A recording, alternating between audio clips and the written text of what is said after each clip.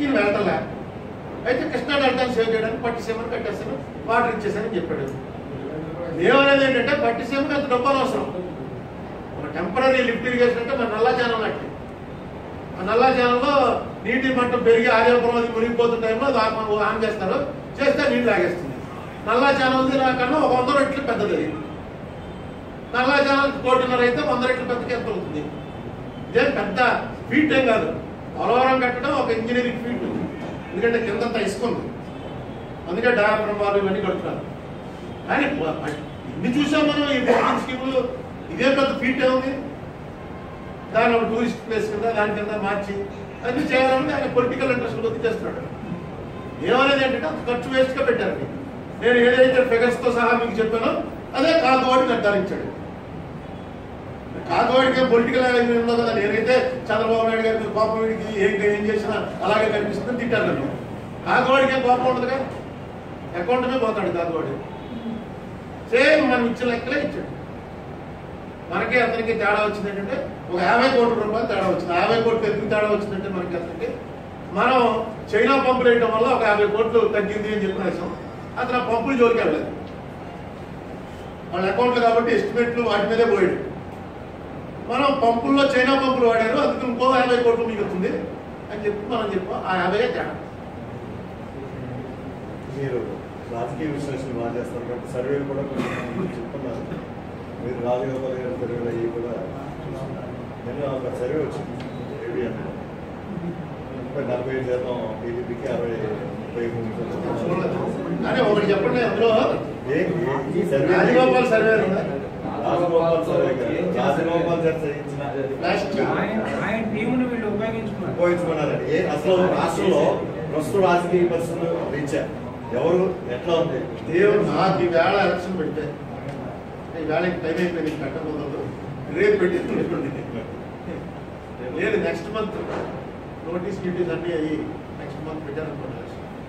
డెఫినెట్గా వైఎస్ఆర్సీపీ మెజారిటీ స్థానాలు తెలుస్తుంది. అది ఈవేళ ఉన్న గ్రౌండ్ రియాలిటీ తెలుగుదేశం వాళ్ళకి కూడా తెలుసు.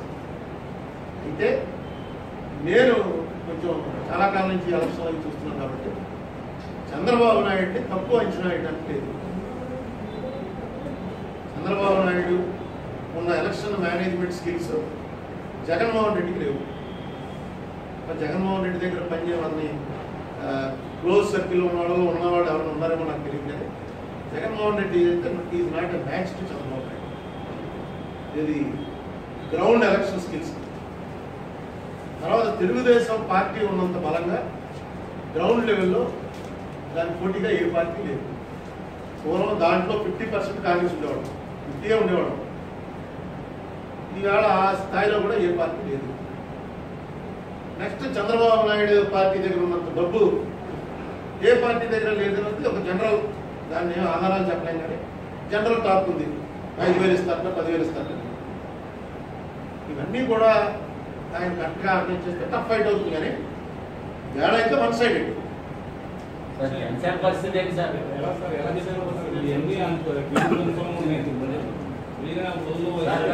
పబ్లిక్ లో లేదు, పబ్లిక్ లో జగన్ అనుకూలంగా ఉంది. అయితే దాన్ని మొన్న 14 ఎలక్షన్ చూసాం కదా, కౌంటింగ్ రోజులు కూడా తెలుగుదేశం గెలుస్తుంది అప్పుడు అనుకోవాలి. తెలుగుదేశం పెద్ద లీడర్స్ నాకు ఫోన్ చేశారు, ఏంటి మీ ఏంటి మా ఏంటి ఇక్కడ ఏమి రావట్టున్నారు అక్కడే రావట్టున్నారు. తీరా చూస్తే అది ఓపెన్ అయ్యేది తెలిసింది. ఓహో మోడీకి ఎంత వేవ్ ఉందా.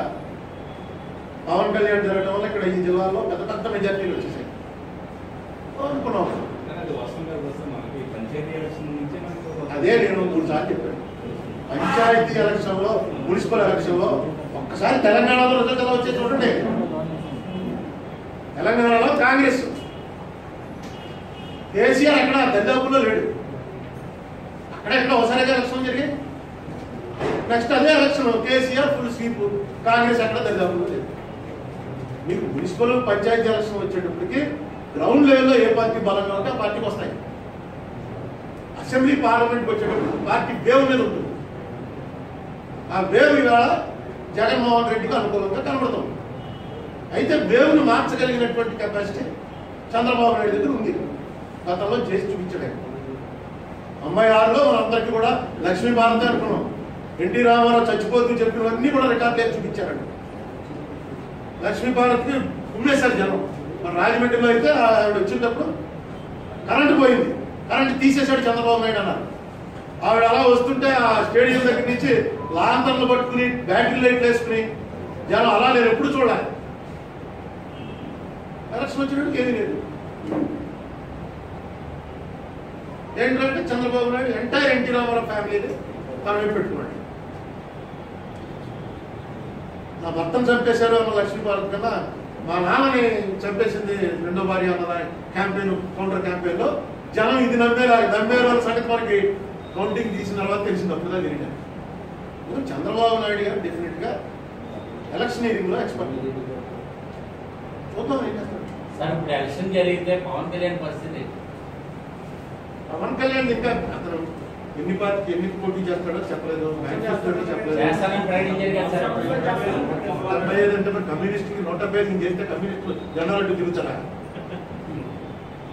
అదే ఆయన 170 అనగా మీరు 170 ఇంత ముందు ఇలాగే నేను అడిగే వరకు మీరు ఎవడో పట్టించుకోలేదు. చిరంజీవి 294 స్థానాలకి కూడా పోటీ చేస్తున్నామని ప్రకటించాడు. అంటే ఎవరైనా క్వశ్చన్ చేశారా? 294కి నేనే పోటీ అని చేయడానికి లేదండి, కొన్ని రిజర్వ్ సీట్లు ఉంటాయి. ఎవడో అడగదు. ఇది అలాంటిదే. 175 పోటీ చేస్తామంటే సిపిఐకి ఎన్ని ఇస్తారు, సిపిఎంకి ఎన్ని ఇస్తారు, ఇంకా ఎవరన్నా పార్టీలు కలుస్తారా? వీటన్నిటి మీద ఆధారపడి ఉంటుంది ఆయనకి ఎన్ని సీట్లు వస్తాయి. సిపిఐ జార్పీలో ఉంది, టీడీపీలో ఏమో అదే అది వచ్చే వరకు ఆయనకి ఎలా ఉంటుందని మనం చెప్పలేము. ఆయన మేనిఫెస్టో ఎలా ఉంటుంది. ఆయన 2000, 5000 వైఆర్ మీడియా 3000 ఇద్దాం, 5 ఇద్దాం అన్న లెక్కలో వెళ్తున్నాడా? లేదా నేను ఒక్క పైసా ఇవ్వను అని చెప్పి ఏదైనా కొత్తదనంతో వెళ్తాడా జనంలోకి? ఏంటండి వీడియో నచ్చిందా? అయితే ఓ లైక్ వేసుకోండి, లేదంటే ఓ కామెంట్ చేయండి. ఎప్పటికప్పుడు మా వీడియోస్ చూడాలంటే సబ్స్క్రైబ్ చేసుకోండి.